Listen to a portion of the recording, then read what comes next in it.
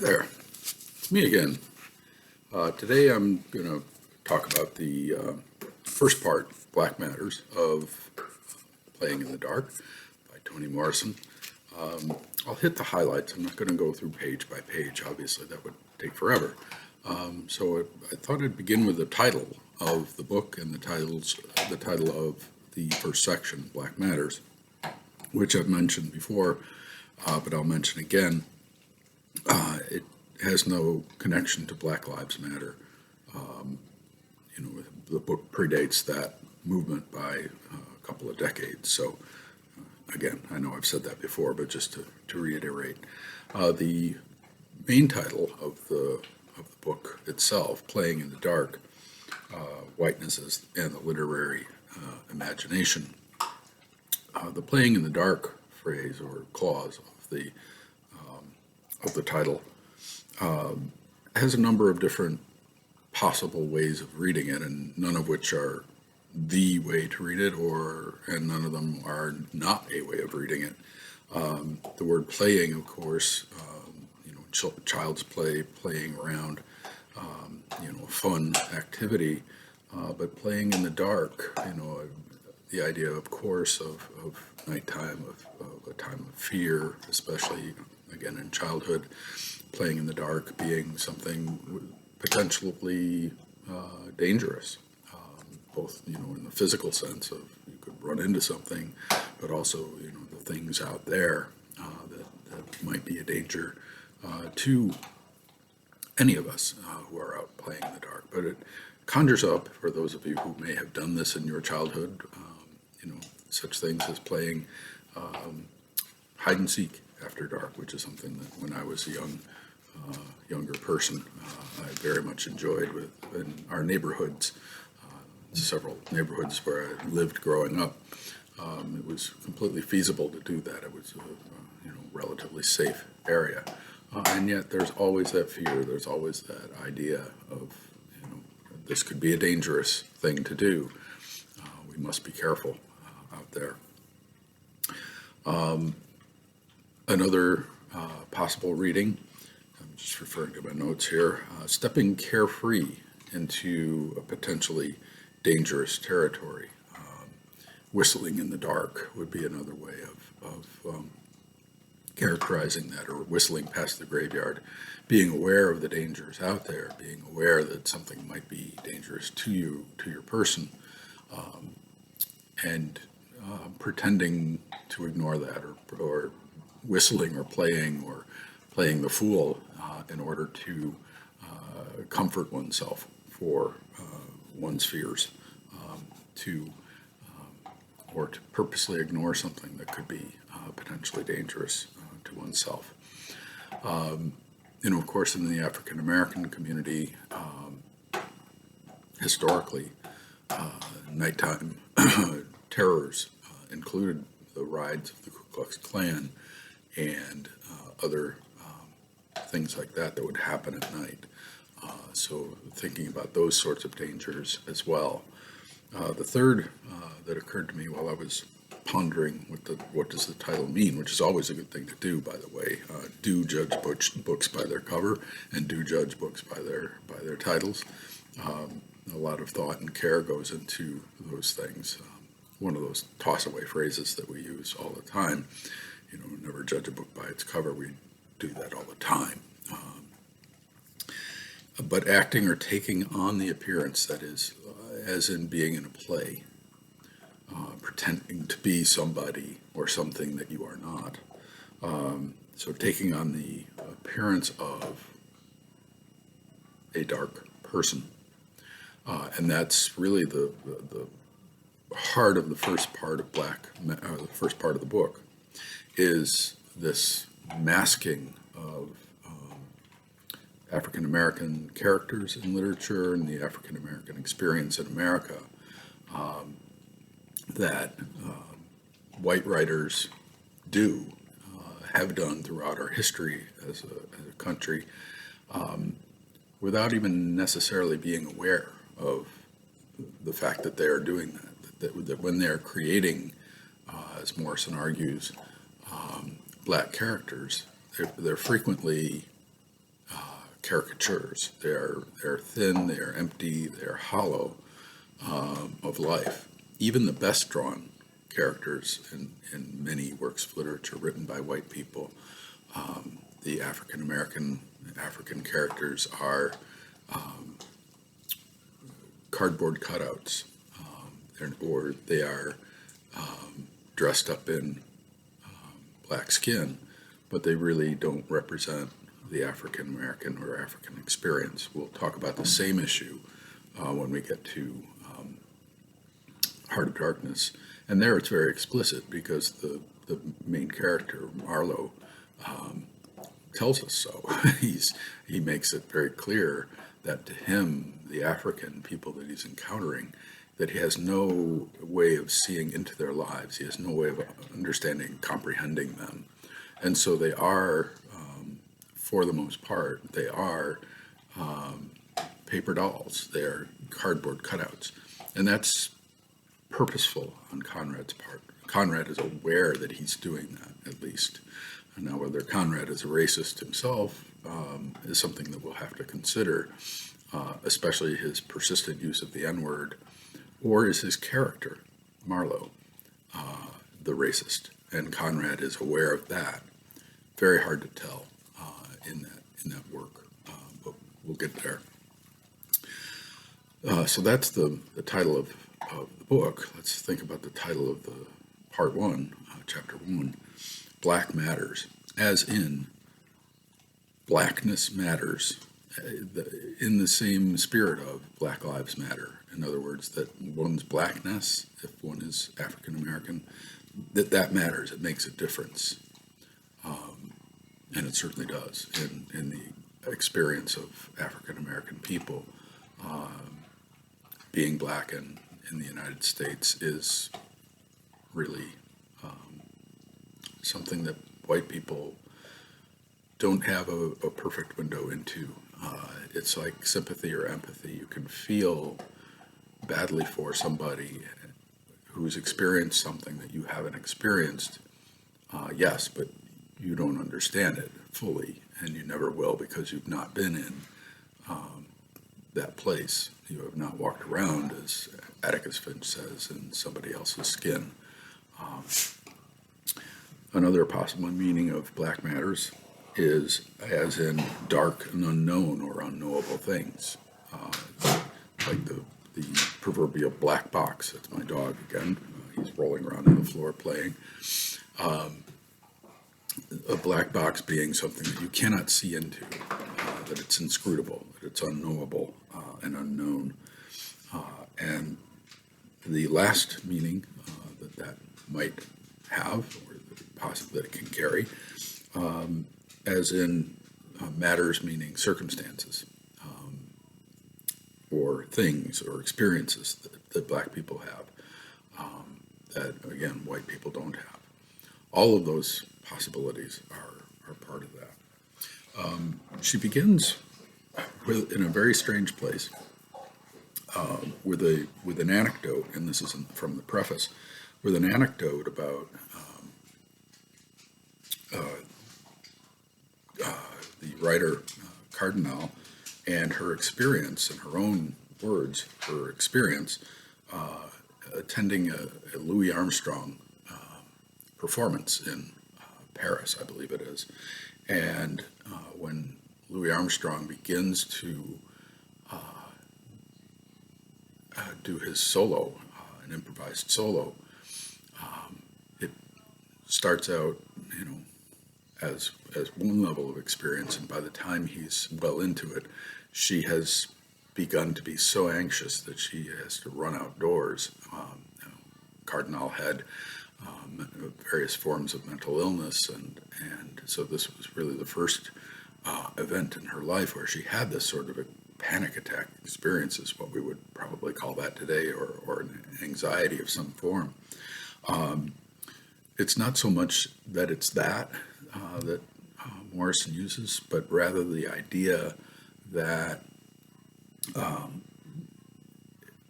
it's an example of black, in this case, a black performer, a black jazz musician, precipitating for a white person becoming the catalyst of self-discovery, and how African and African American characters in literature are used that way, and not so much for the reading audience to have an aha moment where they become aware of themselves in some way that they hadn't been aware before, but rather for the purposes of the novel or the purposes of the story. And she doesn't really talk about poetry all that much in this book, so it's mostly about literature with characters in it. The way she puts it, the way Black people ignite critical moments of discovery or change or emphasis in literature not written by them. So a Black writer would not necessarily have the same effect or impact, because a person, most of the time when you're reading a book, probably you know the perceived race of the person who wrote the book. You see the picture of the person on the cover, or you've heard about them.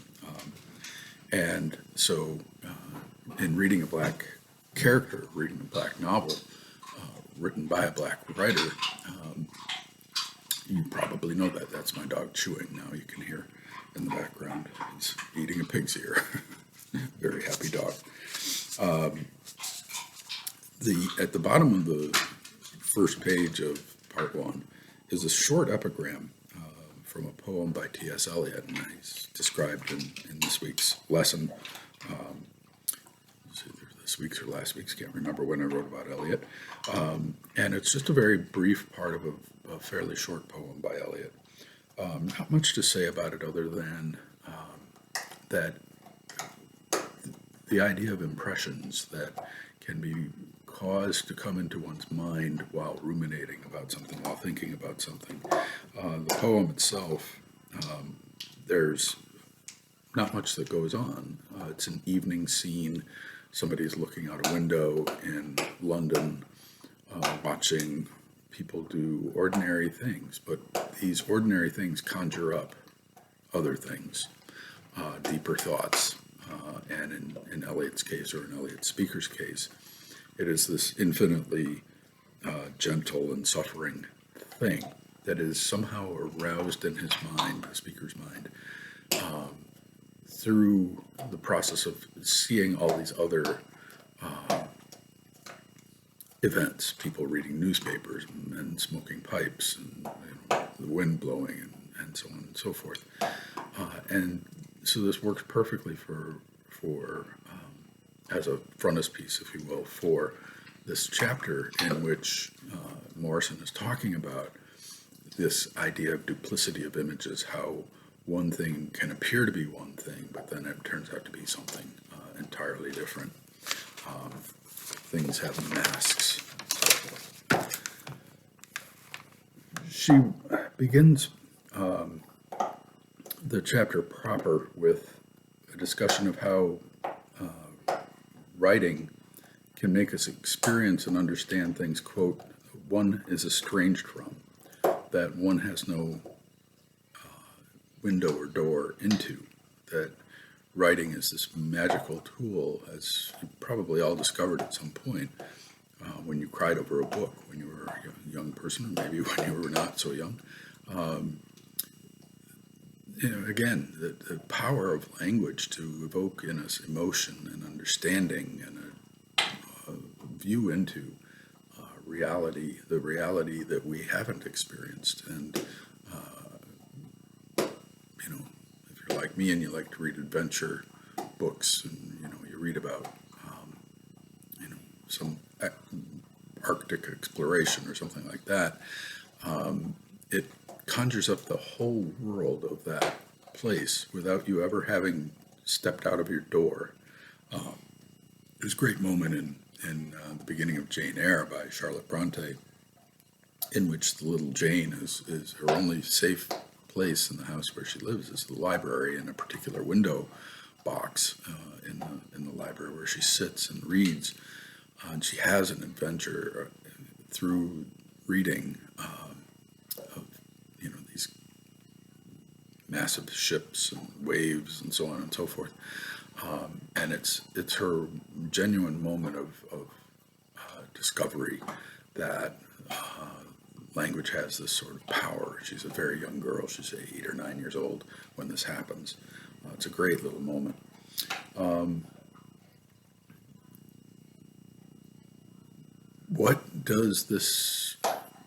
How does this apply to others? How does this work for people who are not ourselves? If we are writers, if we are readers, that we too can communicate that.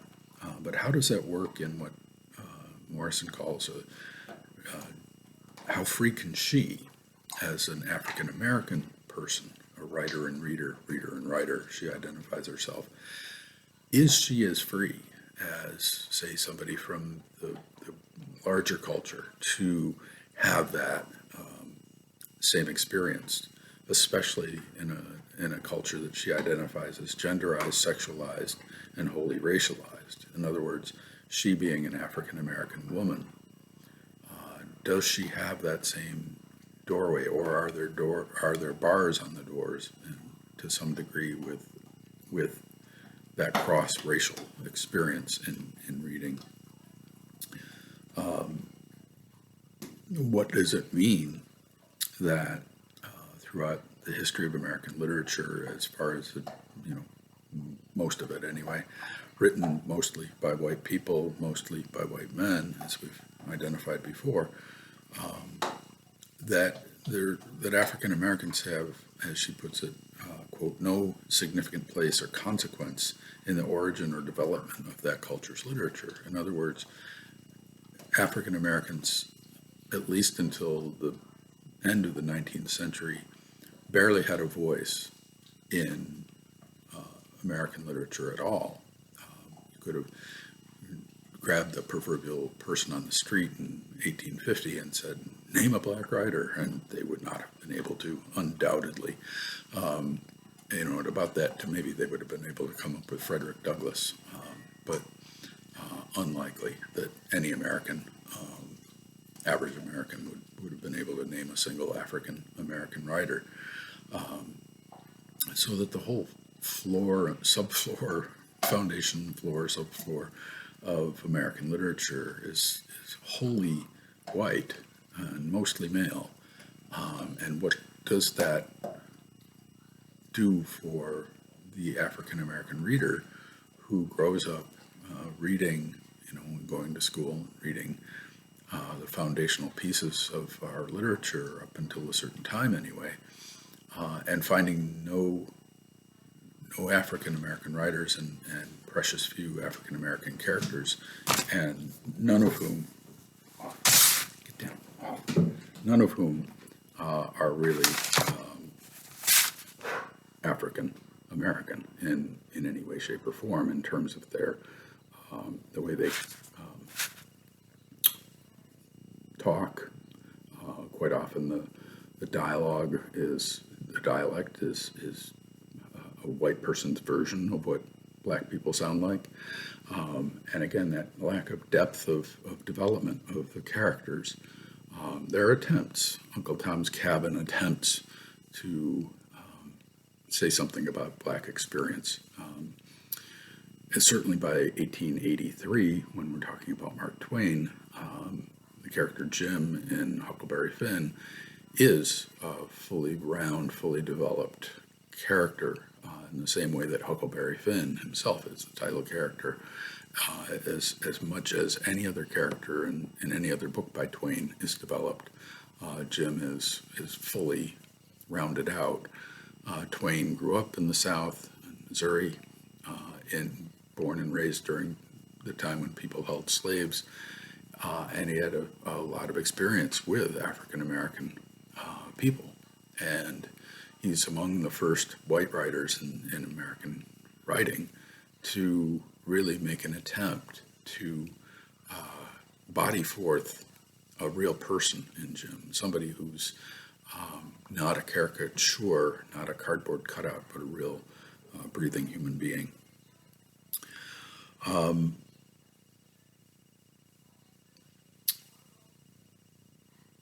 There are the major and champion characteristics of our national literature, individualism, masculinity, etc.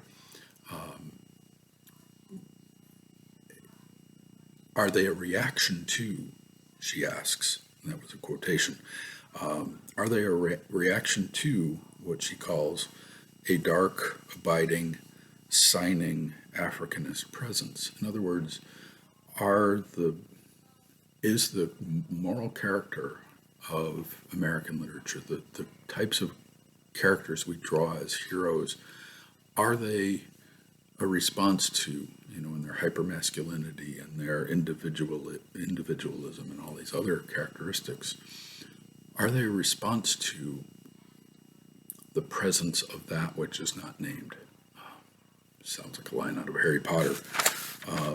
There's a wonderful moment in Young Goodman Brown, which is a short story by Nathaniel Hawthorne, one of our founding writers in the United States, author of Scarlet Letter, where young Goodman Brown, who's on a nighttime journey, playing in the dark, through a patch of woods in New England, Puritan New England, and he imagines that behind every tree there might be lurking what he calls a wild Indian, revealing both, of course, the fear that Puritans, people in New England, then had of being attacked by Native Americans.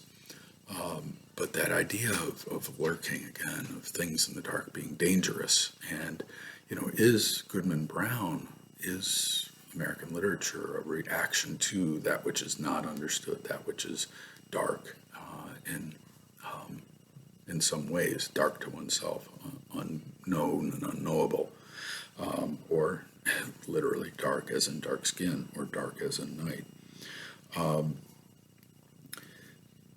What is it, when you think of the Trump campaign, Make America Great Again, is that a reaction to the Browning of America?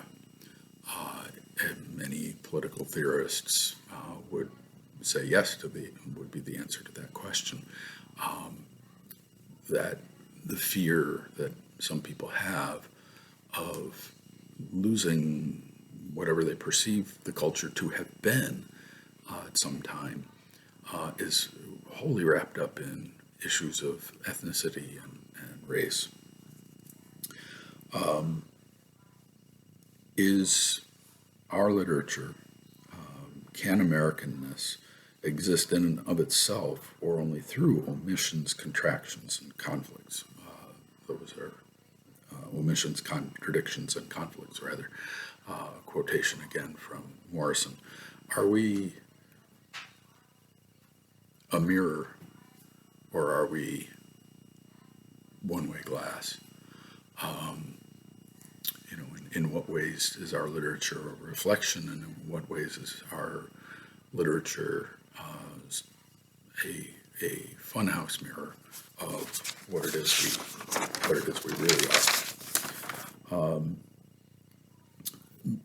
But in the middle of the chapter, she begins talking about why it is that, since African Americans made up a considerable proportion of the population, especially in the South, why it is that they are almost wholly missing from especially our early literature. And she calls this a studied indifference, as a quote, silence and evasion about issues of race that is understood, quote, understood as a graceful, even generous liberal gesture. In other words, is it white people being polite, or being what they perceive as polite, to not even mention race? And it's very difficult for some white people to talk about race. They're embarrassed, they don't know what to say, they fear saying the wrong thing, and so they don't step into the conversation with any level of honesty or openness or clarity because of their own fears. And, is it possible that white writers suffer those same fears and hesitations? Shedding light on one thing generally tends to illuminate other things. And so when we shed light on, the way that Morrison puts it, if we are to explore, quote, the mind, imagination, and behavior of slaves, we need to see what the practice of doing the same thing with the mind, imagination, and behavior of the enslaver. Does illuminating one require us to illuminate the other? Will it be useless to us to understand the one without trying to understand the other? What is the impact of racism, not only on people of color, but on racists themselves? I've had this thought many times when I've seen photographs of families of Ku Klux Klanners, or families of hate group people. The children raised in that toxic environment with those toxic thoughts and words and slogans and ideas as part of their daily bread. How can they ever see otherwise? How can they move beyond that? How can we understand their experience truly when we haven't experienced that? And do we need to? What would we need to know in order to understand how somebody could arrive at those toxic ideas? In the context of today's world, try imagining understanding what happened in Charlottesville, Virginia, in 2017 with the Unite the Right rally. With these mostly young white men walking around, not in hoods and robes, but just completely hating black people, Jews, anybody not like themselves. And these weren't, completely people that would, typically be seen as, understood as the sort of person that would burn a cross in somebody's yard or scream hate speech. They look like, most of them look like, just as ordinary as could possibly be. Your next door neighbor, somebody you work with, that kind of thing. And yet this violence, this hatred flew out of their mouths and flew out of their behavior, all to protect a statue of a traitor to the United States, Robert E. Lee, the main general of the Confederacy. I mean, you can't get more traitorous than somebody who was in the U.S. Army, who abandons his military post to take up arms, literally, against the United States of America. I mean, that's basically textbook definition of traitor. And yet Robert E. Lee is, at least until the last couple of decades, the last decade, his name basically was sacrosanct in the South. And there are many high schools and roads and rivers and counties named for him and for other Confederate generals, again, all of whom were completely traitors to the United States of America. And they took up arms, it doesn't get more traitorous than that. Anyway, but to understand that mindset, to understand that is Morrison's, not that hateful mindset, but to understand that this problem exists, particularly in our literature, that something's missing, and that thing that often is missing is the honest, not honest as in the character themselves, but honestly drawn African American characters. As an African American writer and reader herself, she had this awakening moment when she realized that the characters she was seeing in most of these stories, and she goes through a number of them, by Poe and by Henry James and by others, including Uncle Tom's Cabin, that they are more decoration. They serve plot functions,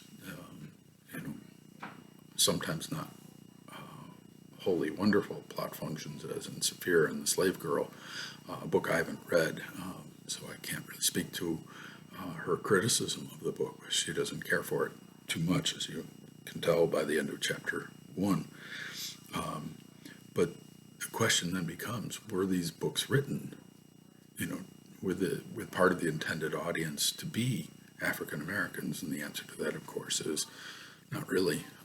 They were written, especially the 19th century works, were written, for really pretty much a white audience. And so there was no payback if you got something wrong about a black character or the black experience.